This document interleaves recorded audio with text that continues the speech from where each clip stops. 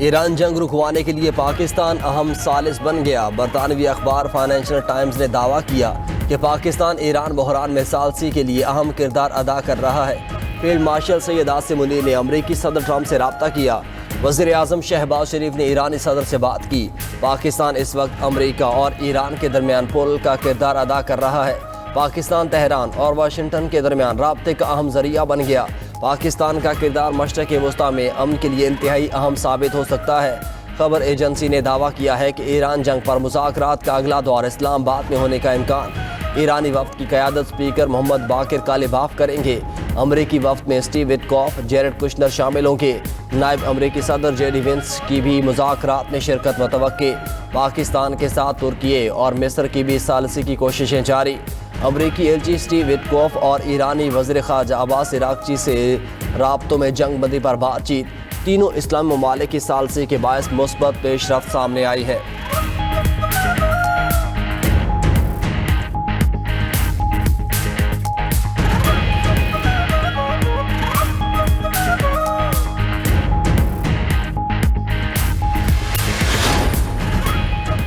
فریقین کے متفق ہونے پر پاکستان مذاکرات کی میزبانی کے لیے تیار۔ ترجمان دفتر خارجہ طاہر حسین اندرابی نے امریکی نشریاتی ادارے سے گفتگو کرتے ہوئے کہا کہ اگر فریقین رضامند ہوں تو پاکستان مذاکرات کی میزبانی کے لیے ہر وقت تیار ہے۔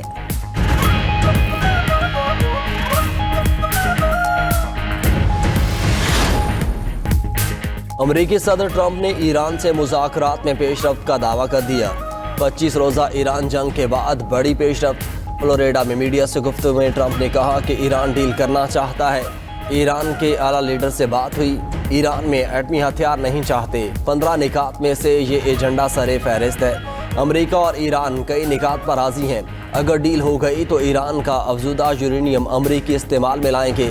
2 روز میں ایران کے ساتھ اچھی اور تعمیری بات چیت ہوئی۔ متوقع معاہدہ ایران اور خطے کے لیے اچھا آغاز ثابت ہوگا۔ ایران کے ساتھ پورا ہفتہ مذاکرات جاری رہیں گے۔ وٹکوف اور جیرڈ کشنر نے ایران سے مذاکرات میں حصہ لیا۔ ایران پر حملے ملتوی رہنے کا انحصار بات چیت کی کامیابی پر ہوگا۔ اسرائیل سے بات ہو گئی، وہ بھی نئی پیش رفت میں خوش ہیں۔ نہیں جانتا مجتبیٰ خامنہئی زندہ ہیں یا نہیں۔ امریکی صدر نے ایرانی پاور پلانٹس پر حملے روکنے کا حکم دے دیا۔ کہا ایرانی پاور پلانٹس اور انفراسٹرکچر پر 5 دن کے لیے حملے روک دیے۔ امریکی صدر کا مستقبل میں آبِ ہرمز پر امریکہ اور ایران کا مشترکہ کنٹرول ہونے کا بھی اشارہ۔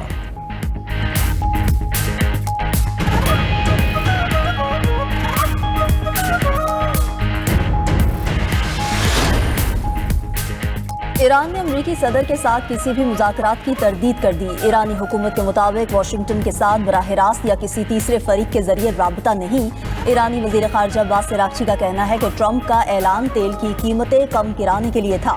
ٹرمپ نے حملوں کے لیے مہلت لینے کی کوشش کی۔ ترجمان ایرانی وزارت خارجہ اسماعیل بقائی بولے علاقائی ممالک نے کشیدگی کم کرنے کے لیے اقدامات کیے۔ ہم نے واضح کیا کشیدگی کم کرنے کی درخواستیں واشنگٹن بھیجی جائیں۔ جنگ کا آغاز ہم نے نہیں کیا تھا۔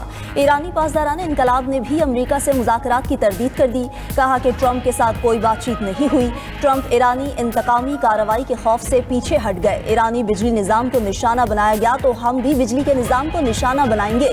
کسی بھی خطرے کا جواب اسی سطح پر دیا جائے گا۔ اسرائیل بجلی گھر سمیت امریکی اڈوں کو بجلی دینے والے پاور پلانٹس کو نشانہ بنائیں گے۔ ایرانی اسپیکر محمد باقر کالباف نے مذاکرات کی خبروں کو فیک نیوز قرار دے دیا۔ دوسری جانب خبر ایجنسی کے مطابق امریکہ نے ایرانی اسپیکر باقر کالباف سے ملاقات کی باضابطہ درخواست کر دی۔ تہران کی جانب سے امریکی مذاکراتی تجویز پر تاحال کوئی جواب نہ ملا۔ ایرانی سپریم نیشنل سیکیورٹی کونسل امریکی ملاقات کی تجویز کا جائزہ لے رہی ہے۔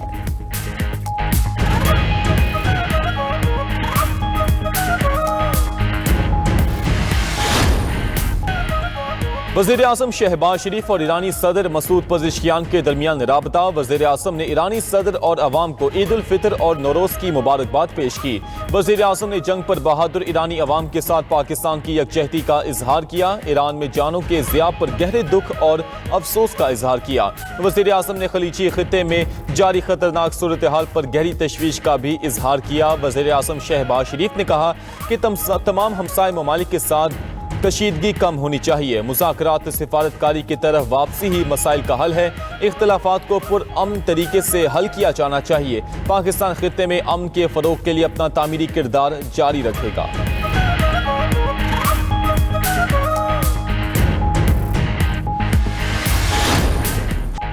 ایران کی اسرائیل اور خلیجی ممالک میں امریکی اڈوں پر حملوں کی 78ویں لہر جاری، اسرائیل، سعودی عرب، کویت، بحرین اور دیگر ممالک میں دشمن کے اہداف کو نشانہ بنایا، اسرائیل میں نیگیو، ڈیمونا، نہاریا اور دیگر علاقوں میں میزائل داغ دیے، اسرائیلی فوج کا ڈیمونا کی جانب آنے والا میزائل تباہ کرنے کا دعویٰ، اسرائیلی شہر نیشر میں ایرانی میزائل لگنے سے عمارت تباہ ہو گئی، ایک شخص زخمی ہوا، یروشلم میں بھی زوردار دھماکوں کی آوازیں سنی گئیں، دوسری جانب سعودی وزارت دفاع کا کہنا ہے کہ مشرقی صوبے کی جانب داغے گئے 4 ڈرون مار گرائے گئے، ایران کا بحرین میں بھی میزائل سے تازہ حملہ، شہریوں کو محفوظ مقام پر منتقل ہونے کی ہدایت کی گئی، کویت میں بھی امریکی اڈوں پر میزائل اور ڈرون سے حملہ کیا گیا، عرب میڈیا کے مطابق ایرانی میزائلوں نے اسرائیلی فوجی اڈوں کو ملبے کا ڈھیر بنا دیا، حملوں میں درجنوں اسرائیلی فوجی کمانڈرز اور اعلیٰ افسران کی ہلاکت کی اطلاع، اسرائیل کی اہم دفاعی تنصیبات کو ایرانی بیلسٹک میزائل لگنے سے شدید نقصان پہنچا۔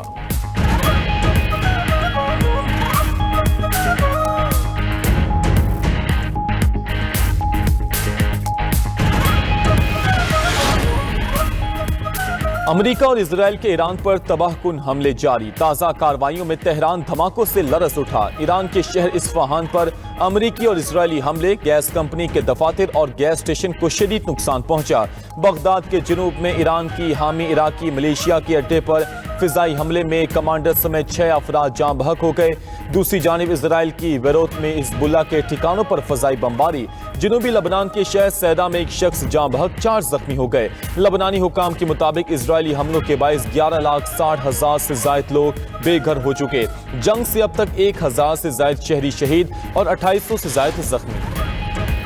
نائب وزیر اعظم اسحاق ڈار کا ایرانی وزیر خارجہ عباس اراغچی سے رابطہ، دونوں رہنماؤں کے درمیان حالیہ علاقائی صورتحال پر تبادلہ خیال، اسحاق ڈار نے امن، سیکیورٹی اور استحکام کے لیے سفارتکاری پر زور دیا، دونوں ممالک کا بدلتی صورتحال پر قریبی رابطہ برقرار رکھنے کا فیصلہ، اسحاق ڈار کے ترکیہ اور عراق کے وزراء خارجہ سے بھی رابطے، اسحاق ڈار نے ترک وزیر خارجہ حقان فیدان سے فون پر امریکی صدر کے ایران پر حملے روکنے کے معاملے پر بات چیت کی، عراقی وزیر خارجہ فواد حسین کے ساتھ گفتگو میں اسحاق ڈار نے کہا کہ امن و استحکام کے لیے مذاکرات اور بین الاقوامی قانون کی پاسداری ناگزیر ہے۔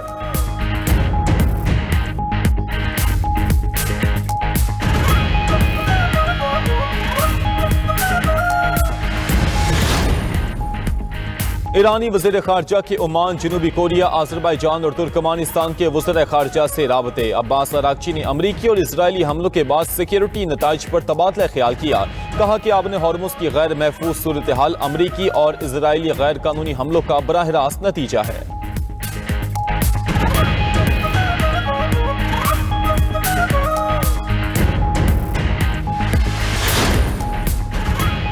صدر مملکت آصف علی زرداری سے وفاقی وزراء کی ملاقات، وزیر داخلہ محسن نقوی، وزیر خزانہ محمد اورنگزیب اور علی پرویز بھٹو ہاؤس نوڈیرو میں صدر سے ملے، ملاقات میں امن و امان، معاشی صورتحال، توانائی کے شعبے اور پیٹرولیم مصنوعات کی قیمتوں پر تفصیلی تبادلہ خیال کیا گیا، وزیر داخلہ محسن نقوی کی دہشت گردی کے خلاف کارروائیوں اور سرحدی صورتحال پر بریفنگ، وزیر خزانہ اور وزیر مملکت پیٹرولیم نے معاشی اشاریوں اور حکومتی اقدامات سے آگاہ کیا، اس موقع پر گفتگو کرتے ہوئے صدر زرداری نے کہا کہ خطے کی صورتحال کے پیش نظر عوامی ریلیف کو ترجیح دی جائے، پیٹرولی مصنوعات کی قیمتوں کا بوجھ کم رکھا جائے، لاڑکانہ میں صدر مملکت آصف علی زرداری اور chairman Peoples Party Bilawal Bhutto سے پارٹی عہدیداروں اور کارکنوں نے بھی ملاقاتیں کی۔